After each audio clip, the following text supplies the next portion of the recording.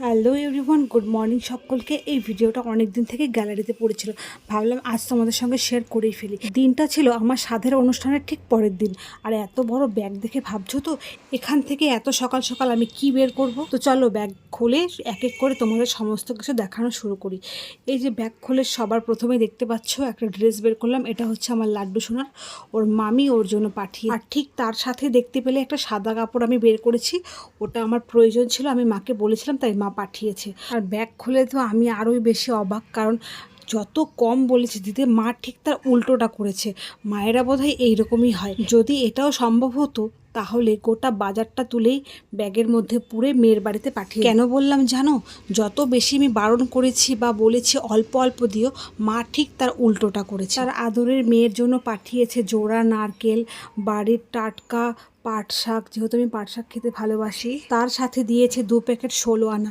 যত চানাচুর আছে তার মধ্যে আমার এই 16 আনাটাই সব থেকে বেশি পছন্দদায়ী, সেটাও পাঠিয়েছে।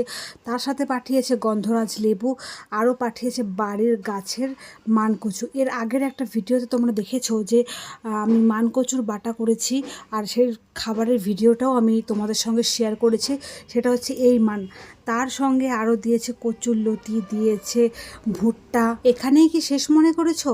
এখানেই শেষ নয়, দেখো আরও পাঠিয়েছে আমন্ডের প্যাকেট, তার সঙ্গে দিয়েছে খাঁটি মধু। এখন তো জানোই সমস্ত কিছুতে ভেজাল থাকে, তাই মধুটা মা এক্সট্রাভাবে কিনে পাঠিয়েছে আমার জন্য। তার সঙ্গে আরও পাঠিয়েছে খেজুর। আর এরপর যেটা বেরিয়েছে জানো, যেটা আমি মায়ের কাছে আবদার করেছিলাম ঠিক সেটাই। কি তোমরা কি গেস করতে পারছো যে কি বেরিয়েছে? এখান থেকে বেরিয়েছে শুটকি মাছ। এখানে কি তোমরা শেষ মনে করেছো?